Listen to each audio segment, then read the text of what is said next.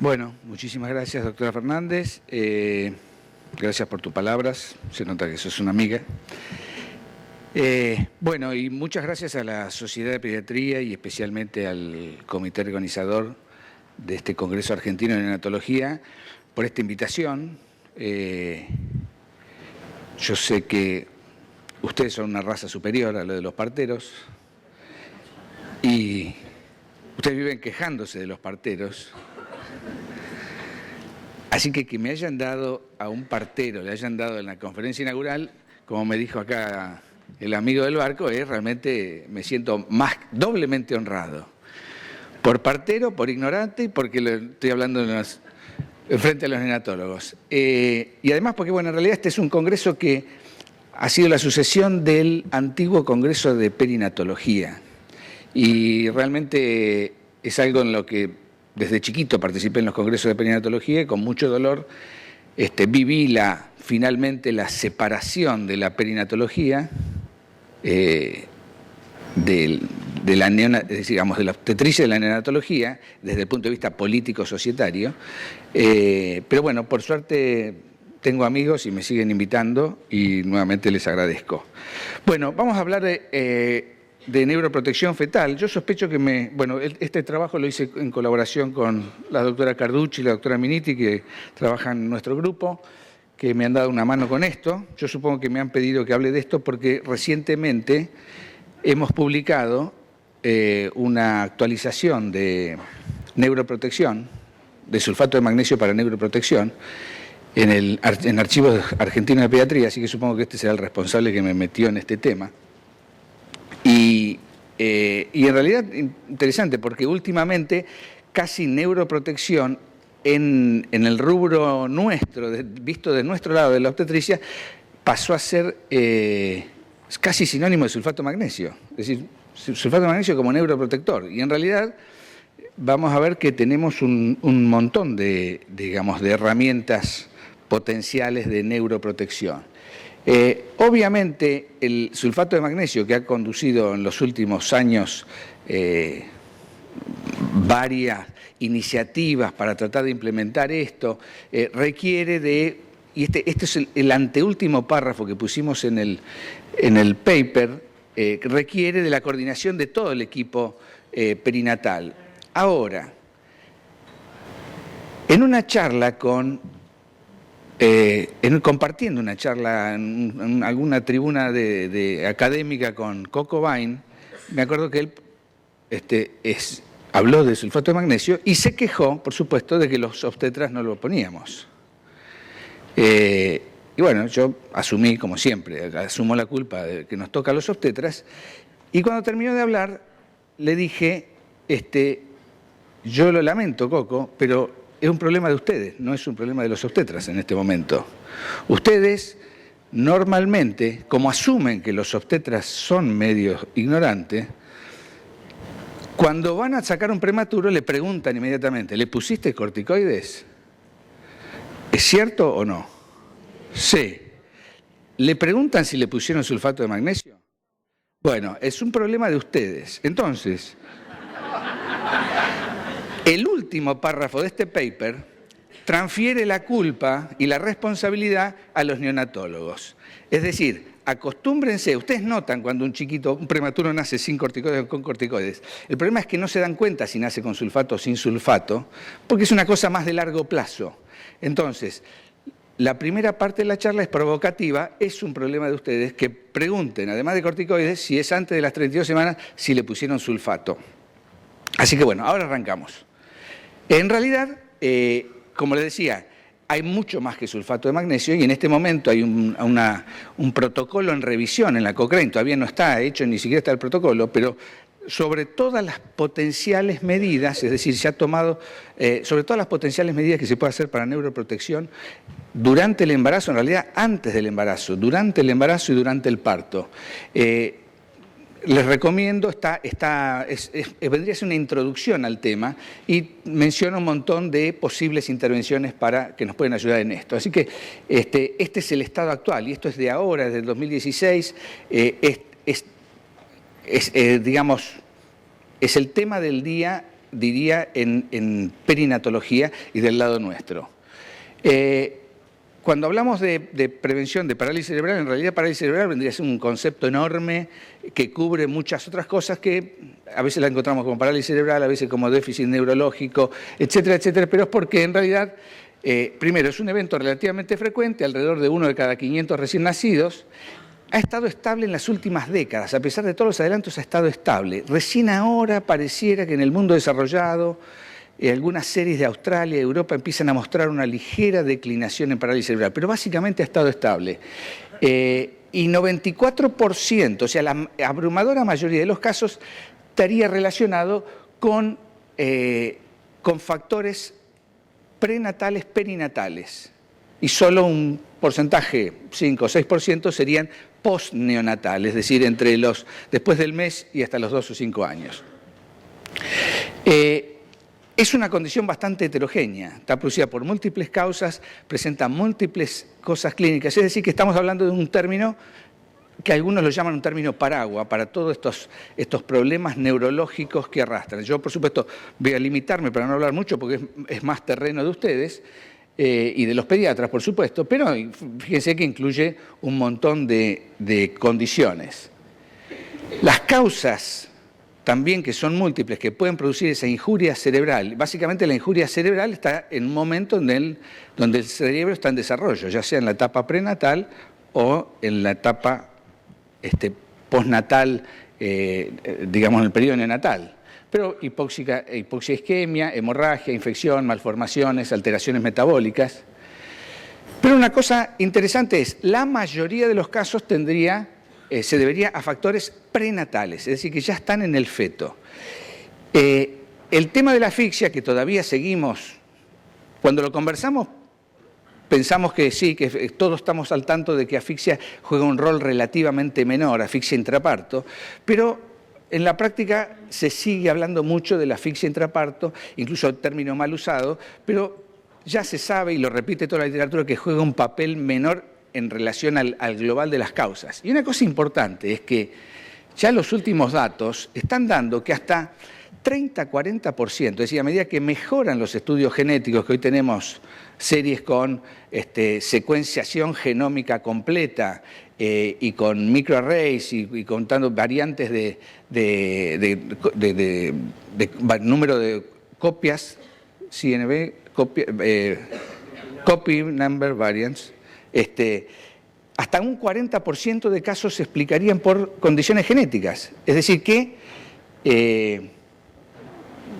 muchos, sobre todo los que nosotros tenemos un 40% asociado a prematurez, pero después tenemos un 50-60% que es en el embarazo no prematuro. Y probablemente un número y número creciente tiene que ver con la condición genética, o porque tenga una anomalía genética o porque tenga una predisposición genética a algo del ambiente que lo hace hacer esto. Y ese es uno de los motivos también, porque muchas cosas mejoran, pero parálisis cerebral sigue estable. El proyecto del Cochrane describe un montón de factores asociados, es decir, que si ahora los vamos a mirar rápidamente, la lista de factores asociados, y obviamente lo que va a postular y lo que van a ver es posibles intervenciones para prevenir todos estos factores, de lo que se sabe y de lo que haya que investigar. Factores preconcepcionales, factores de embarazo precoz, factores durante el embarazo o factores alrededor del parto y el periodo neonatal. Dentro de los preconcepcionales podemos ver, no los vamos a mencionar todos, pero digamos, historias de resultados adversos o carga genética, intervalos intergenéticos, etc. Embarazo precoz, embarazo múltiple. Después vamos a ver que embarazo múltiple es una cosa que se repite permanentemente, malformaciones, infecciones precoces, enfermedades durante el embarazo, algunas enfermedades maternas, complicaciones del embarazo, fundamentalmente hipertensión, preeclampsia, de desprendimiento, pero recordemos hipertensión, preeclampsia, condiciones de inflamación, restricción de crecimiento intrauterino que muchas veces viene en combo con el tema de la preeclampsia, y después factores alrededor del parto y periodo neonatal que seguramente nos van a contar en la siguiente exposición. Ahora, si miramos los factores que están medidos, cuánto contribuyen cada uno, vemos que hay algunos obviamente que contribuyen más que otros. Por ejemplo, Veamos los tres que más contribuyen. Y sobre estos tres voy a enfocar un poco algunas cosas. Que fíjense, bajo peso para edad gestacional, aumenta el riesgo 11 veces, prematurez menos de 32 semanas, aumenta muchas veces el riesgo, y embarazo múltiple. Y la otra cosa es que fíjense que estas tres cosas muchas veces están interrelacionadas, están superpuestas. Es decir, con cualquiera de estas puedo tener la combinación, puedo tener embarazo múltiple, prematuro, retardo de crecimiento. Entonces, yo quisiera enfocar en algunas cosas de estas que hoy ya tenemos datos concretos y ya podemos hacer cosas concretas y no la estamos haciendo en forma rutinaria. Entonces, ¿qué intervenciones podemos tener? Obviamente, el combo vendría a ser prematurez y bajo peso. Cualquier cosa que nos lleve a prematurez y bajo peso nos aumenta el riesgo de parálisis cerebral. Cualquier cosa que podamos hacer para disminuir prematurez y bajo peso, teóricamente estaríamos impactando en prevención de parálisis cerebral. Fíjense, edad gestacional. Hasta embarazos menores de 28 semanas, hasta 14-15% de parálisis cerebral. Obviamente va disminuyendo la prevalencia a medida que va aumentando la edad gestacional. Y la otra cosa también es retardo de crecimiento. Fíjense, retardo de crecimiento, cómo aumenta el riesgo. Fíjense, menor del percentilo 3, un recién nacido, más de 10 veces de riesgo de tener parálisis cerebral. Y muchas veces ese chico, ese recién nacido menor de percentilo 3, lo estamos sacando a las 28 semanas, 29 semanas, porque precisamente es menor de percentilo 3, tiene una insuficiencia placentaria progresiva y en un momento de riesgo-beneficio decimos lo sacamos. O sea que tenemos, se nos multiplican los problemas. Pero claramente, edad gestacional y claramente RCIU, restricción de crecimiento, son dos factores mayores. Entonces, veamos prematurez. ¿Qué tenemos hoy de prematurez? Básicamente, prematurez tenemos 2/3 o 70% de prematurez espontánea, la que rompe la bolsa o se larga en trabajo de parto en algún momento antes del término.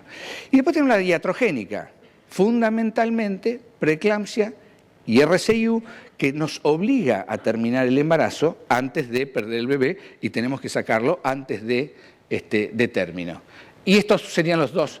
Cuando hablamos de espontánea, hay dos poblaciones que enseguida tenemos que identificar. Son las que ya vienen con antecedente de parto pretérmino. La que tiene antecedente de parto pretérmino tiene alto riesgo de volver a tener un pretérmino. Y el otro, las que tienen cuello corto, o uno las detecta en el embarazo con cuello corto, cuello de útero, ¿no? Y las iatrogénicas, el grueso son cuando tenemos que terminar el embarazo por preeclampsia y o RCIU. Digo y o porque las preeclampsias severas se asocian altamente con RCIU. Entonces, veamos. Para antecedente de parto pretérmino, es decir, pacientes en riesgo de parto pretérmino, vamos al embarazo siguiente. Si nosotros le damos progesterona en el embarazo siguiente, por lo menos a partir de que termina el primer trimestre en adelante, bajamos mortalidad perinatal 50% y bajamos 70% riesgo de parto en menos de 34 semanas. Es decir, que si yo tengo una paciente que el parto anterior lo tuvo pretérmino, en forma espontánea, y la tengo sin progesterona, le estoy negando un beneficio conocido, bien conocido, que por supuesto, cualquiera de estas cosas que puedo prevenir, teóricamente estoy previniendo parálisis cerebral. Cuello corto. Si uno detecta durante el embarazo, especialmente en el segundo trimestre, cuello corto, y le administra progesterona, estoy bajando 1/3 la probabilidad de tener un parto pretérmino a las 34 semanas, antes de las 34 semanas. Es decir, hoy hacemos, y ustedes verán, se hacen innumerables cantidades de ecografías, la mujer llega con 10 ecografías hechas durante todo el embarazo, pero por ahí ninguna tiene medio del cuello. Y si lo pescamos corto, tenemos una intervención para hacer. Y sin embargo, no lo hacemos de rutina. Entonces, en esta ecografía de las 22 semanas, que le miramos hasta teóricamente, le miramos cuánto mide la cisterna magna, el ventrículo, el hueso nasal, miremosle el cuello también, porque tengo una intervención. Si no tuviera una intervención sería casi curiosidad, pero tengo una intervención, que es la progesterona, que claramente ha demostrado beneficio. Entonces, el tema está, y es una discusión en el mundo. Yo creo que en nosotros no debiera ser discusión, es una discusión en el mundo donde cuantifican los gastos, los costos en salud, pero nosotros, que es una anarquía total, y las pacientes se hacen 10 ecografías, por lo menos que sean, en vez de hacerse 10, que se hagan 3 o 4, pero bien hechas, con la información que nos puede ser útil. Entonces, en realidad, esta ecografía del segundo trimestre, me puede ver cuello corto y además me sirve para valoración crecimiento, para valoración de anomalías, para valoración de cardiopatías, que es un tema importantísimo, y para el lugar de nacimiento, y eventualmente me confirma si está en riesgo de preeclampsia severa. Es decir, que en esa ecografía yo puedo hacer un screening de las principales causas que son mis causas, sus causas de morbimortalidad perinatal y parálisis cerebral también. Y fíjense, porque hay una discusión, si vale la pena hacer, si es costo-beneficioso, por supuesto la discusión es en el hemisferio norte, no nosotros.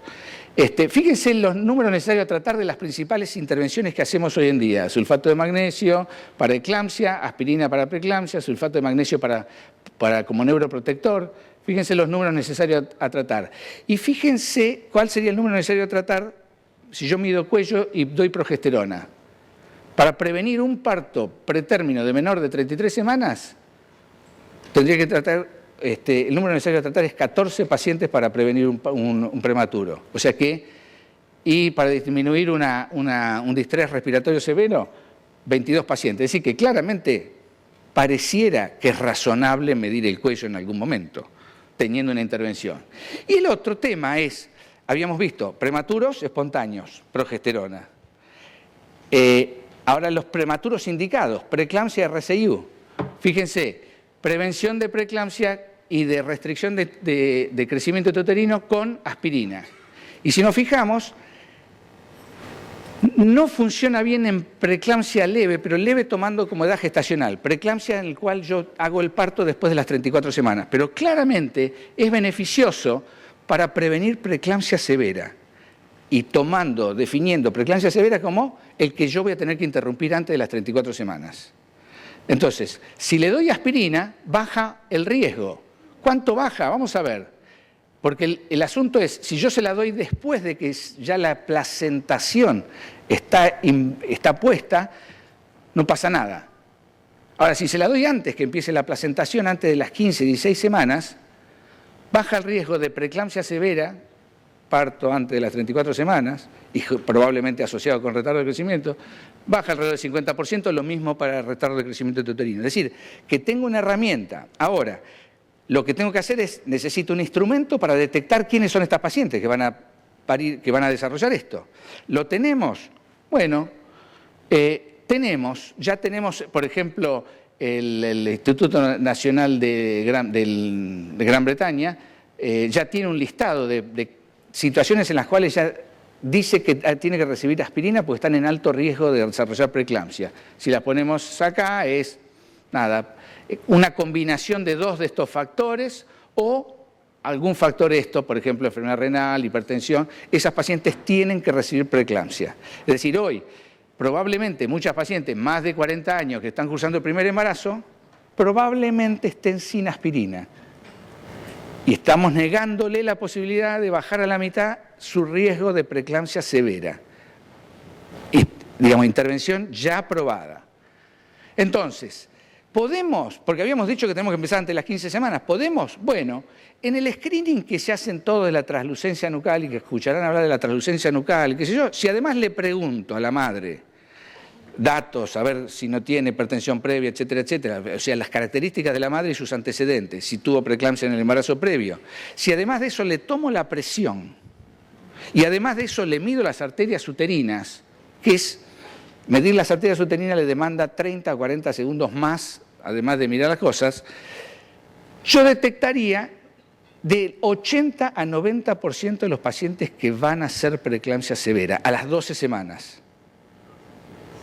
Entonces, ahí estoy a tiempo de poner la aspirina. Es decir, ecografía de 12 semanas, hoy, en el circuito sanatorial, le llamo yo, tienen todas. Y screen de preeclampsia no tienen todas.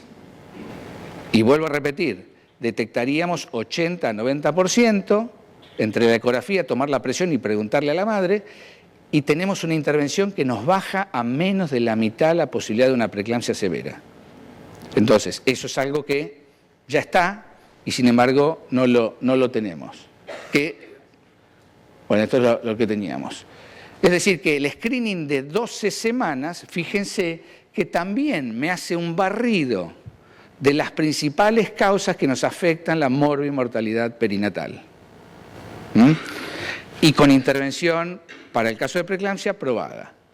Vamos a, fíjense, todavía no hay grandes datos prospectivos. Hay un estudio australiano que se fijó cuando implementó medir de rutina en su servicio, esta era la tasa en 3 años de preeclampsia severa, es decir, de preeclampsia antes de las 34 semanas, y esta es la tasa después de haber implementado screening y aspirina. Es decir, que claramente lo tenemos delante nuestro, es una picardía no estar usándolo. También se puede usar suplementación de calcio, pero no vamos a entrar en esto. Pero, digamos, hay muchas cosas para hacer en preeclampsia, prevención de preeclampsia. Una es, se han desarrollado instrumentos para predicción y tenemos herramientas para la prevención. Y vamos al último de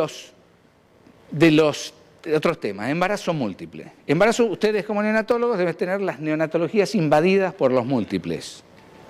No menos de 20% de la internación de las cunitas debe estar cubierta por múltiple. En el italiano debe ser un poco más todavía. Y el múltiple, fíjense lo que tiene. Si miramos, tiene más riesgo de parto prematuro, el doble, 8 veces más riesgo de parto antes de las 33, el triple de 24, y triples, no sé ustedes, pero nosotros debemos tener, andando en este momento en control, debemos tener 7 triples. De los cuales 5 o 6 son bicoriales, quiere decir que tienen una parejita de monocoriales adentro. Y eso, 7 andando, más no sé cuántos ya que hemos parido en el último año. Es decir, que se están produciendo. Ahora vamos a ver por qué. Obviamente ustedes también lo saben.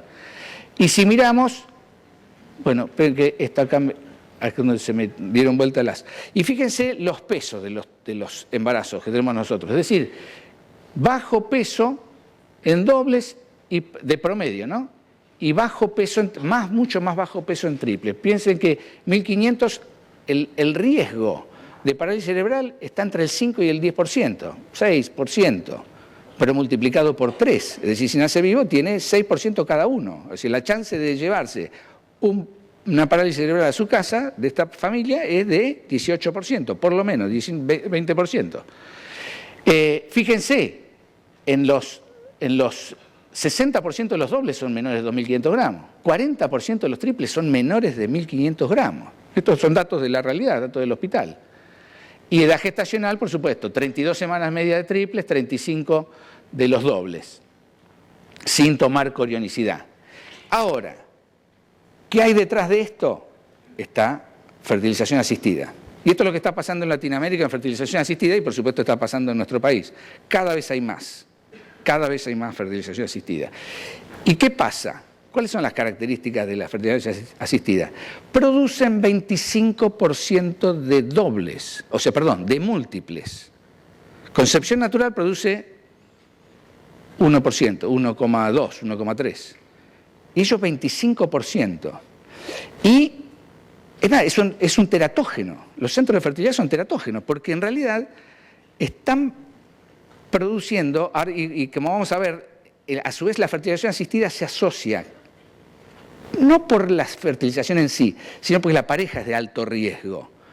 Se asocia con doble de defectos congénitos. Se asocia con casi el doble de preeclampsia, con casi el doble de retardo de crecimiento, de complicaciones obstétricas en general. Es decir, que tampoco es un embarazo de alto riesgo per se, aunque sea único. Y todos lo deben estar viviendo su neonatología. Si es múltiple, empiecen a multiplicar. Entonces, ustedes tienen una herramienta que está en aumento, la están consumiendo alrededor del 10% de la población, porque es más o menos la población estéril, o la población infértil, perdón, y produce por lo menos 25%, porque si se hace de baja calidad es más del 25% de múltiples.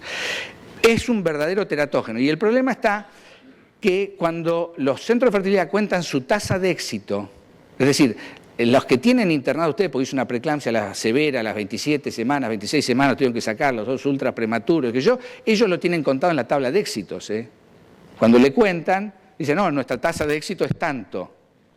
Y vamos a transferir 2 porque aumento las tasas de éxito.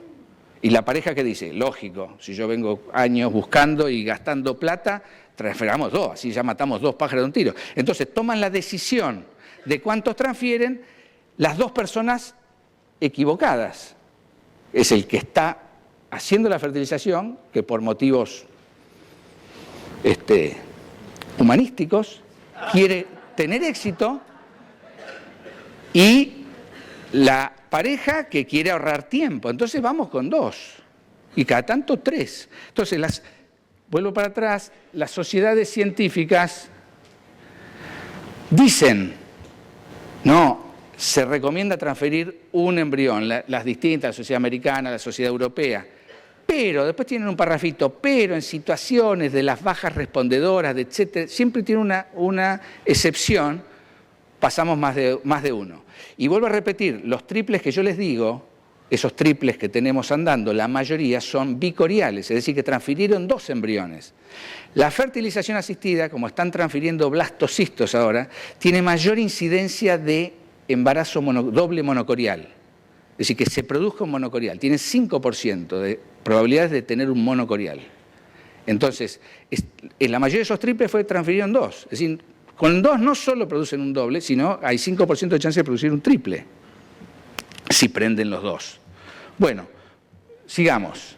Entonces, acá tenemos la mejor herramienta de prevención de uno de los factores principales de parálisis cerebral, de morbilidad, de las neonatologías llenas, que es disminuir la tasa de múltiples. Y sería bueno, y yo siempre digo, y hasta lo he dicho en la sociedad de reproducción, las guías no las puede hacer la sociedad de reproducción sola. Las guías las tiene que hacer la sociedad de reproducción con la sociedad de pediatría, con los especialistas, porque ellos son los que van a ver qué es lo que pasa con estos múltiples. Y hay que ir a la transferencia de 1, sí o sí, por guía, porque por voluntad siempre van a querer transferir más. Bueno, vamos a pasar esto. Y la otra cosa, y la mala noticia, es que todas las intervenciones que andan bien para prevenir parto prematuro en único, no andan en múltiples. Así que esa es la otra mala noticia. Terapia fetal, eventualmente, pero estos son casos anecdóticos, pero desde el punto de vista hoy en día de transformar en un embarazo monocorial complicado, con transfundido transfusor, transformarlo de monocorial en bicorial, bueno, entre las cosas que ocurren, comparado con hacer una amniorreducción nada más, entre las cosas que hace disminuye 80% la chance de daño neurológico. Esa es una de las, además de aumentar la sobrevida, es una de las grandes ventajas, que si uno lo logra hacer bicorial, bueno, porque previene el caso de que se muera otro, si ya lo dejó separada la placenta, entonces, pero obviamente esto es anecdótico. Tratamiento de infecciones maternas, teóricamente prevendría, está dentro de lo que el Cochrane ahora va a analizar, las distintas intervenciones para disminuir infección y a ver qué impacto pueden tener sobre parálisis cerebral. Administración de corticoides, no vamos a abundar, pero bueno, y de esto se acuerdan siempre. No sé si los obstetras, pero los obstetras se están acordando también de los corticoides. Los neonatólogos siempre se acuerdan de preguntar. La otra cosa es la que yo los desafié cuando empezamos. Si ustedes no intervienen, es probable que no se produzca la neuroprotección con sulfato de magnesio en los que más lo necesitan, que son los menores de 32 semanas. Y la otra cosa que he visto, tenemos una barrera importante. Una es que todavía ustedes no lo están exigiendo, y la segunda es que he visto que en los sanatorios la paciente tiene que ser internada en terapia intensiva para pasarle el sulfato de magnesio, lo cual es una limitante, es una locura. Porque va a ser muy difícil adherir a eso. Cuando un paciente decide, bueno, vamos a terminarlo, yo tengo que internar a terapia intensiva para que el terapista le pase. Las terapias intensivas hoy están tapadas de problemas, y internar a una paciente para pasarle sulfato, una embarazada para pasarle sulfato de magnesio, es una barrera. Nosotros en el italiano lo pasamos en la habitación. Y el día que dijimos, che, vamos a hacer esto, lo agarró la gente joven, se armó su protocolo y lo empezó y se hace. Y bueno, nos fijamos, a ver, en 103 mujeres que debían haber recibido sulfato de magnesio, los resultados nuestros fueron que 79 de las 93 recibieron el sulfato de magnesio. La gran mayoría recibió el esquema completo, que era por lo menos 4 horas. Y Algunas no, porque digamos, a veces es o porque está pariendo o porque está haciendo un desprendimiento y le empezamos a pasar hasta que pueda ser. Y otras que por ahí no recibieron ninguna dosis por la urgencia de cuadro clínico, y esto por causa desconocida debe haber sido por olvido, la causa desconocida debe ser olvido. Pero se pasa en la habitación, entonces los médicos de guardia y las enfermeras están totalmente entrenadas para ponerlo, tienen todo protocolizado, la carga, todo, y tienen protocolizado los cuidados de la madre, ver control de reflejo, y no hemos tenido ni una complicación por administrar sulfato de magnesio en la habitación. Y es manejado por médicos y enfermeras, no terapistas. Entonces, me parece que ahí tenemos una barrera importante que sería bueno. Yo esto lo he hablado creo que lo he hablado con Cecilia García, con Coco, en los sanatorios, es decir, que saquen el sulfato de magnesio de la terapia intensiva, porque si no va a ser difícil lograr esto, lograr la implementación en todos los casos. Bueno, entonces, como dato final de nuevo, vuelvo a la provocación, va a depender la implementación, ustedes, no, ahora sin provocación, yo creo que va a depender mucho de cuánto pongan ustedes desde la neonatología para que esto se pueda cumplir. Porque siempre va a haber una buena excusa para no hacerlo. Bueno, cosas que aprendimos con los años que no sirven para nada para prevenir parálisis cerebral. Una es el monitoreo fetal. No sirve para nada. Lo he demostrado. Y una cosa importante es porque todos los casos de litigio, de asfixia, como se dice ahora, encefalopatía neonatal. Todos los casos de litigio miran y condenan por el monitoreo fetal. Y claramente, el monitoreo fetal no puede detectar cuándo empieza un daño en ese cerebro en desarrollo. No hay manera de que lo detecte. No puede determinar cuándo esa injuria puede ser reversible o no. No hay manera, por más que lea el monitoreo. Entonces, no es un elemento que pueda ser usado para determinar si haber hecho una cesárea de antemano hubieras prevenido un caso de parálisis cerebral. O sea, eso definitivamente no es una cosa que se pueda usar. Sin embargo, lo seguimos usando en nuestro medio como herramienta para decir si un chico quedó dañado o no quedó dañado. Y la otra cosa que demostró que no sirve para disminuir parálisis cerebral es la cesárea. La línea roja son las cesáreas, y la línea azul es la parálisis cerebral. Es decir, que ni el monitoreo ni la cesárea tienen un impacto significativo, porque no vamos a hablar, hay monitoreos tremendos que merecen una cesárea y que si uno se deja un par de horitas lo liquida, pero digamos como epidemiológicamente no hacen un cambio. Con una práctica normal obstétrica, la cesárea antes, después, no cambia mucho la cosa. Y después hay un montón de cosas nuevas. Administración de creatina, administración materna de hidrógeno, de N-acetilcisteína, melatonina. De melatonina hay un trial en marcha, en curso. De los otros son todos estudios animales que pareciera, digamos que existen muchas otras cosas que aparentemente podrían tener algún efecto. Este es el trial de melatonina. Clampeo tardío de cordón tendría algún efecto. En nuestro hospital, salvo Mario Sebastián pero Mario también. Nosotros ligamos el cordón cuando dice el neonatólogo, no antes. Así que somos totalmente sumisos a lo que dicen los neonatólogos. Y hay, incluso ahora, acaba de salir unas cosas eventualmente para el chico que potencialmente podría tener alto riesgo, esto está hecho en animales, bueno, por ahí esa recolección de cordón que está llena de stem cells, por ahí podría ayudar, darlo endovenoso después al recién nacido, podría ayudar. Estamos hablando de estudios en animales que parecen bastante promisorios. Entonces, en el mientras tanto, lo tenemos a la gente del Cochrane evaluando todas las intervenciones posibles que existen contra todos los factores descriptos que pueden aumentar la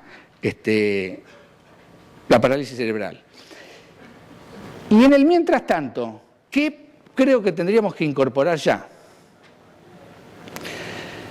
Que no sé por qué, digamos, la limitación es que no la hacemos, es porque no sé por qué no la hacemos. Primero, que los fertiligólogos transfieran un solo embrión. Segundo, screen de preeclampsia, son nadas, 1 minuto más. Y es más fácil que hacer la translucencia nucal, y más fácil que ver el hueso nasal. Y es más importante probablemente, porque nos permite disminuir a más de la mitad la probabilidad de una preeclampsia severa. No leve, para la leve no, la que va a ser a las 36, 37 semanas, 38 semanas, no previene nada, pero tampoco nos preocupa tanto. Y por supuesto, dar aspirina en embarazo en riesgo de preeclampsia. Y una vez que uno tiene la intervención, pasa a ser negligente si no la usa en el caso. Está bien, yo puedo no hacer screening porque no tengo estandarizado, pero si la mujer tuvo una preeclampsia previa, sí o sí tengo que dar la aspirina. La tengo indicado, ya en las guías está indicada. Progesterona en embarazos en riesgo de parto prematuro, de nuevo, me baja a la mitad el riesgo de parto prematuro antes de las 34 semanas en pacientes en riesgo, ya sea o porque tiene antecedentes o ya sea porque tiene un cuello corto. Por ahí me baja un poquito menos, pero me baja. Con lo cual, en el mundo lo están discutiendo. Es decir, si yo pasara todo el presupuesto de la nación, digamos, todo el presupuesto de salud a un solo escritorio, bueno, habría que mirarlo con más cuidado. Ahora, en una paciente que tiene, vuelvo a repetir, 10 ecografías hechas, puede haberse en vez de 10 que se haga 8, 7, pero no una mire en el cuello, aunque sea, porque tengo una herramienta. Neuroprotección. Está totalmente en manos de ustedes, la neuroprotección con sulfato de magnesio, y bueno, y continuar con los corticoides. Bueno, muchísimas gracias.